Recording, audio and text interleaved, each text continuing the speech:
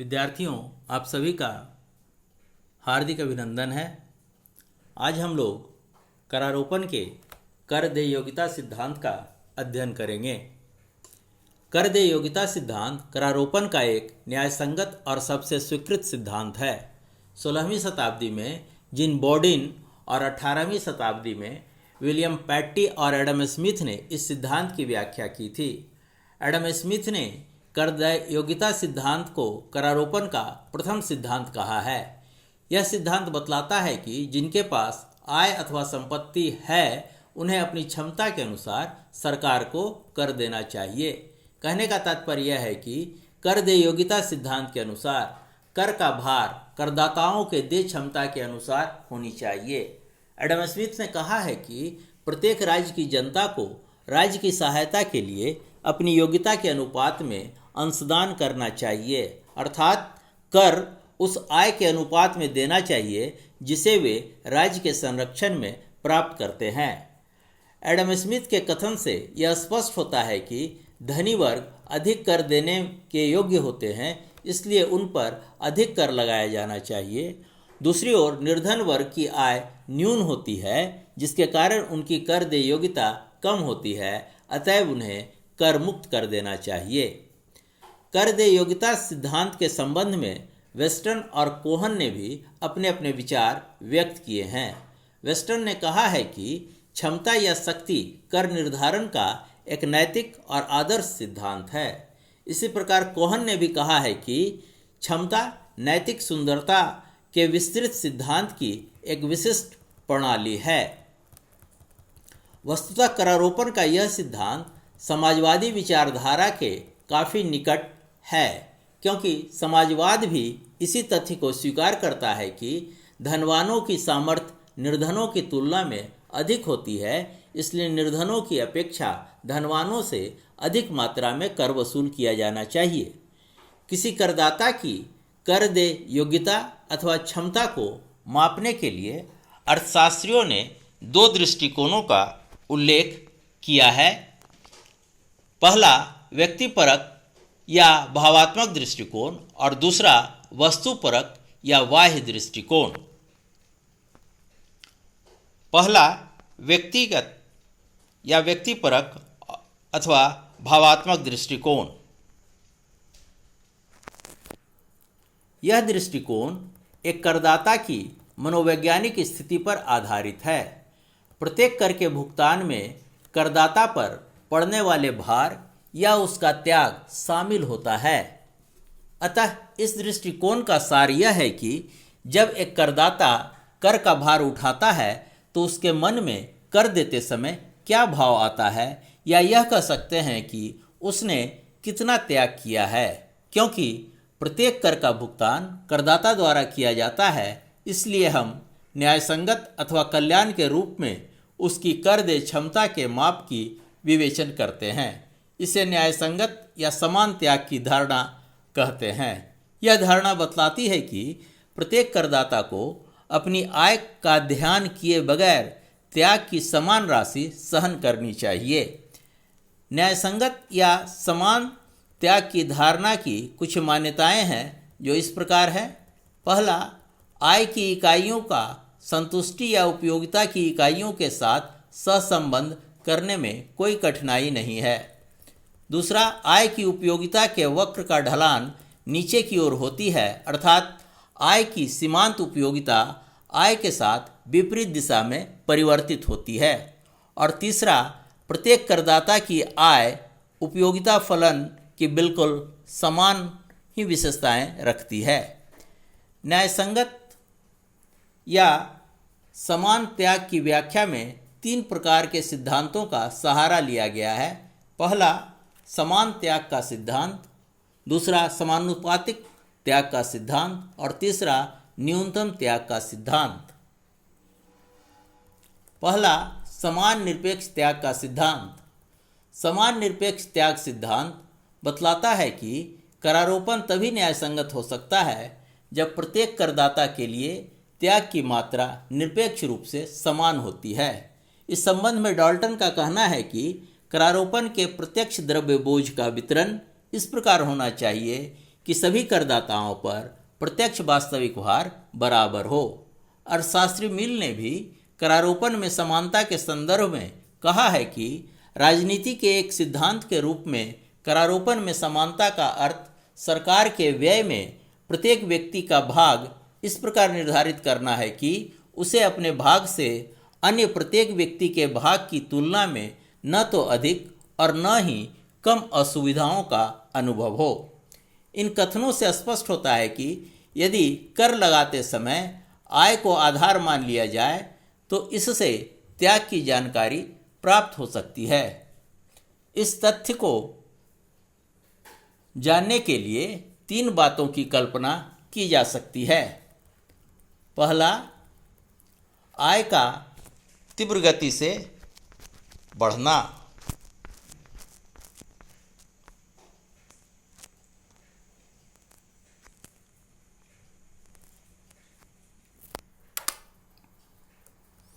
हम जानते हैं कि ज्यों-ज्यों आय में वृद्धि होती है त्यों-त्यों उपयोगिता ह्रास के कारण आय में वृद्धि के साथ साथ अतिरिक्त आय से व्यक्ति को प्राप्त होने वाली उपयोगिता घटती जाती है।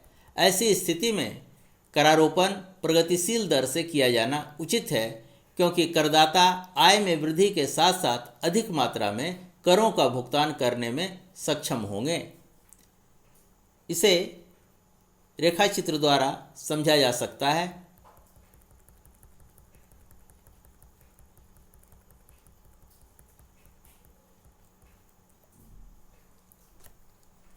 रेखाचित्र में OX रेखा पर आय और OY रेखा पर करारोपण की दर को दिखाया गया है।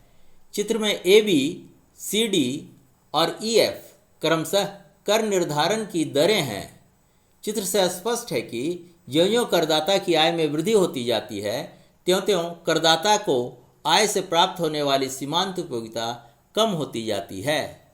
अतएव यदि करदाता की आय पर AB, CD और EF में से किसी भी एक दर से कर लगाया जाता है तो करदाता के त्याग में अधिक वृद्धि नहीं होगी और ऐसे करारोपण को न्यायसंगत कहा जाएगा। दूसरा, आय में धीरे धीरे वृद्धि।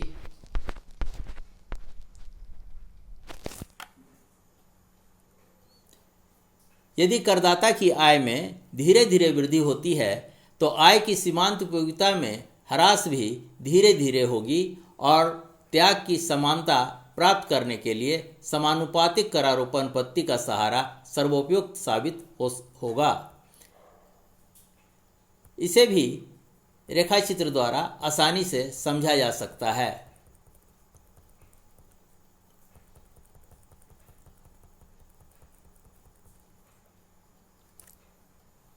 इस रेखाचित्र में OX रेखा पर आय और OY रेखा पर करारोपण की दर को दर्शाया गया है।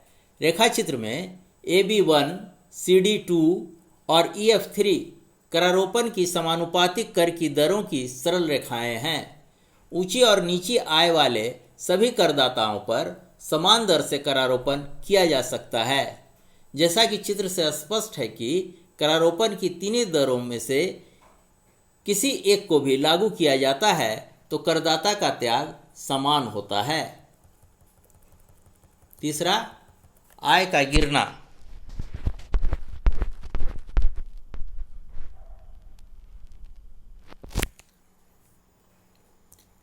यदि आय की प्रवृत्ति घटने या गिरने की हो तो आय की सीमांत उपयोगिता में वृद्धि होगी।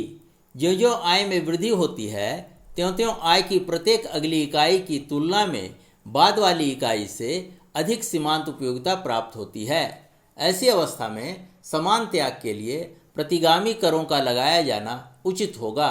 कहने का अभिप्राय यह है कि अधिक आय वाले कम दर से करों का भुगतान करें और कम आय वाले अधिक दर से करों का भुगतान करें।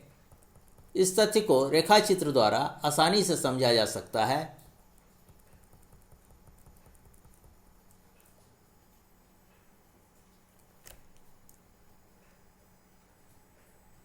रेखाचित्र में करारोपण के प्रतिगामी अवस्था को दर्शाया गया है। रेखाचित्र से स्पष्ट है कि AB1, CD2 और EF3 कर की दरों में से किसी भी एक दर के आधार पर करारोपण किया जा सकता है। दूसरा, समान अनुपातिक त्याग का सिद्धांत। समानुपातिक त्याग सिद्धांत के अनुसार करों का त्याग करदाताओं की आर्थिक स्थिति पर निर्भर करती है। अतएव करों का बोझ प्रत्येक करदाता के ऊपर समान नहीं हो सकती। इसलिए यह सिद्धांत विभिन्न आय समूहों पर भिन्न भिन्न प्रकार की दरों से करारोपण करने की वकालत करता है। आय के स्तर में कमी अथवा वृद्धि के साथ साथ करों की दर में परिवर्तन होना न्याय संगत है। कहने का तात्पर्य यह है कि जिस करदाता के पास कर देने की शक्ति अधिक है वे अधिक कर दें और जिस करदाता के पास कर देने की शक्ति कम है वे कम मात्रा में कर का भुगतान करें। इसी प्रकार वैसे नागरिक जो कर देने में असमर्थ हैं उन्हें कर से मुक्त कर देना चाहिए। अतः स्पष्ट है कि यह सिद्धांत करारोपण के प्रगतिशील स्वरूप को इंगित करता है, यानी करारोपण प्रगतिशील होना चाहिए। तीसरा, समसीमांत त्याग या न्यूनतम कुल त्याग का सिद्धांत।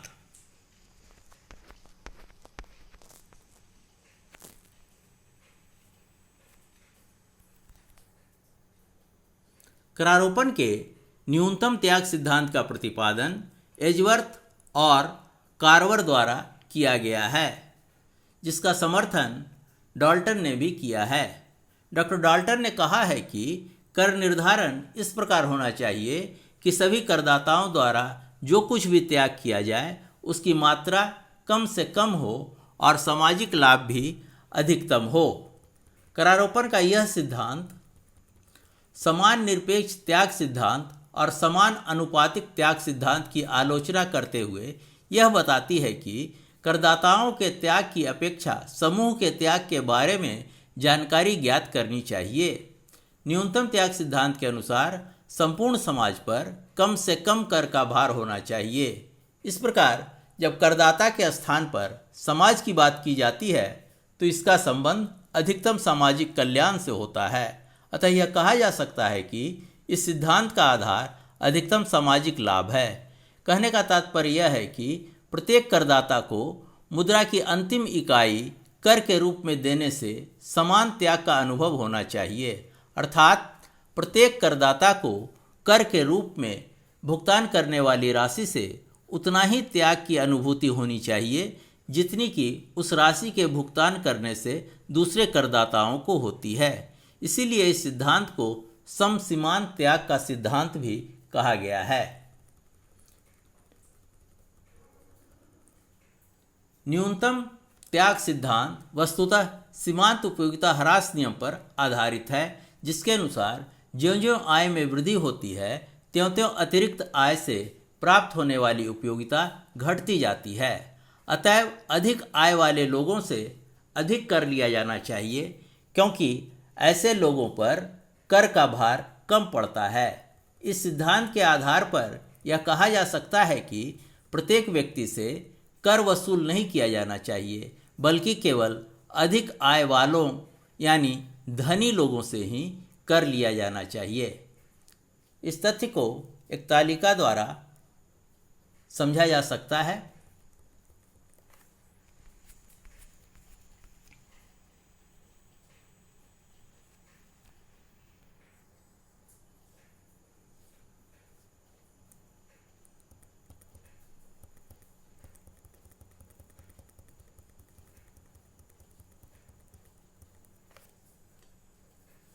तालिका में ए, बी और सी तीन करदाताओं या व्यक्तियों को दर्शाया गया है। तालिका से स्पष्ट है कि 1 रुपया कर के रूप में निर्धारण किए जाने पर व्यक्ति ए को 5 रुपये के बराबर, व्यक्ति बी को 6 रुपये के बराबर और व्यक्ति सी को 10 रुपये के बराबर त्याग करना पड़ता है, जो समान नहीं है।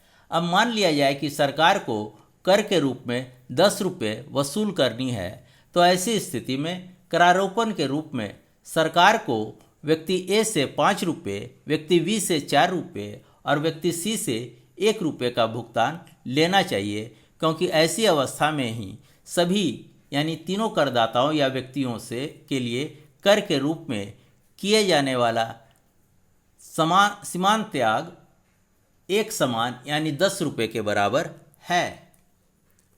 रेखा चित्र द्वारा इसे और भी अधिक सुगमता से समझा जा सकता है।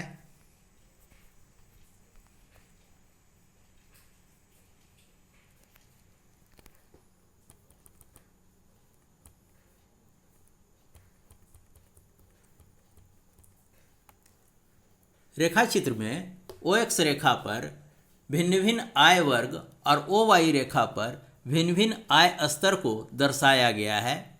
रेखा चित्र के अवलोकन से न्यूनतम सामूहिक त्याग के संदर्भ में दो अर्थ निकलते हैं। पहला तो यह कि एक न्यूनतम आय के लोगों F, G, H, I और J अर्थात 10,000 रुपये वार्षिक आय पर करारोपण नहीं किया जाना चाहिए। इस आय वर्ग के लोगों को कर मुक्त कर देना चाहिए। और दूसरा यह कि एक निश्चित सीमा अर्थात 10,000 रुपये से अधिक आय वाले A, B, C, D और E आय वर्ग वाले लोगों से कर प्रगतिशील दर से लगाना चाहिए। रेखा चित्र में LM रेखा सर्वाधिक आय को इंगित करती है, जो क्षैतिज रेखा नहीं है बल्कि यह रेखा बाएं से दाहिनी ओर झुकी हुई है। यदि यह रेखा सीधी होती तो ऊंची आय वर्ग वाले व्यक्तियों की अधिक आय अर्जित करने की प्रेरणा ही समाप्त हो जाती। यदि ऊंची आय वर्ग के पास करारोपण के पश्चात नीची आय वाले लोगों की तुलना में कुछ अधिक आय शेष के रूप में बचती है, तो आय का यह अंतर उनकी आय वृद्धि की प्रेरणा में सहायक होगा। यही कारण है कि LM रेखा की प्रकृति झुकी हुई है, जो बतलाती है कि करारोपण के पश्चात A आय वर्ग वाले लोगों के पास B आय वर्ग वाले लोगों की अपेक्षा कुछ अधिक आय शेष के रूप में रह जाती है। यही तथ्य अन्य आय वर्ग वाले लोगों के संबंध में लागू होती है।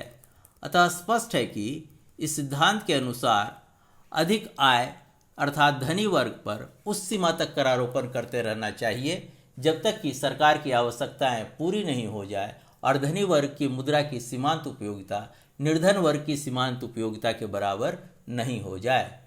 इस प्रकार यद्यपि करारोपण का यह सिद्धांत अन्य सिद्धांतों से अच्छा है और संभवतः इसीलिए पिगू ने इसे करारोपण का अंतिम सिद्धांत कहा है, लेकिन एक अत्यधिक प्रगतिशील करारोपण की कर संरचना के कारण उत्पादन पर पड़ने वाले प्रभावों पर ध्यान देना आवश्यक है।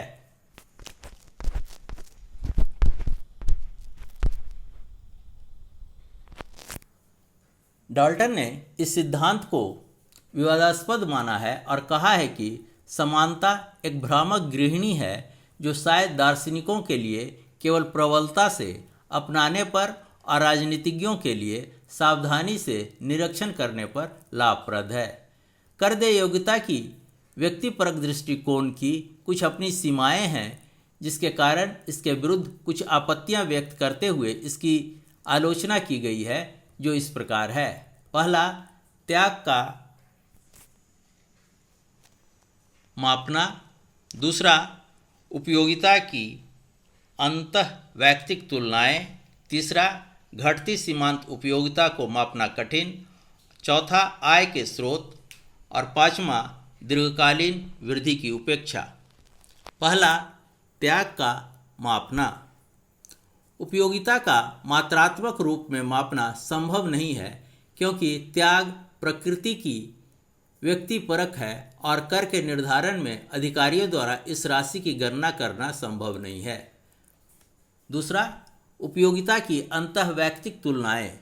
उपयोगिता की अंतःवैयक्तिक तुलनाएं करना संभव नहीं है, क्योंकि भिन्न भिन्न लोगों की समान आय और कर देय योग्यता होने के बावजूद उनकी त्याग की मात्रा समान नहीं भी हो सकती है, क्योंकि लोगों की रुचियों, दृष्टिकोण, मनोवृत्ति, परिवार का आकार, स्वभाव और कर भुगतान करने के प्रति उनके व्यवहार में अंतर प्रायः पाया जाता है। तीसरा, घटती सीमांत उपयोगिता को मापना कठिन। आलोचकों का कहना है कि आय में बढ़ोतरी के साथ साथ सीमांत उपयोगिता की घटती दर को मापना काफ़ी कठिन है। व्यवहार में यह पाया गया है कि आय में वृद्धि होने के साथ ही लोगों में नई रुचियों और अधिमान प्रायः उत्पन्न हो जाते हैं। चौथा, आय के स्रोत। व्यक्तिपरक दृष्टिकोण की आलोचना इस आधार पर भी की गई है कि यह धारणा आय के स्रोतों और उसकी प्रकृति में कोई अंतर नहीं करती है।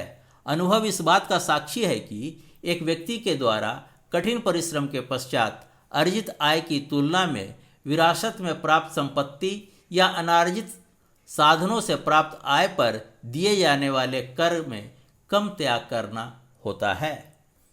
पांचवा, दीर्घकालीन वृद्धि की उपेक्षा। व्यक्तिपरक दृष्टिकोण की एक सीमा यह भी बताई गई है कि यद्यपि करारोपण के बाद समानता कुल उपयोगिता को अल्पकाल में अधिकतम करती है, लेकिन दीर्घकाल में कुल उपयोगिता को कम कर सकती है। अतएव यह जानना आवश्यक है कि दीर्घकाल में वृद्धि दर को बढ़ाने हेतु आरोही करारोपण कितनी होनी चाहिए। इस तथ्य पर यह दृष्टिकोण कुछ भी नहीं बताता है।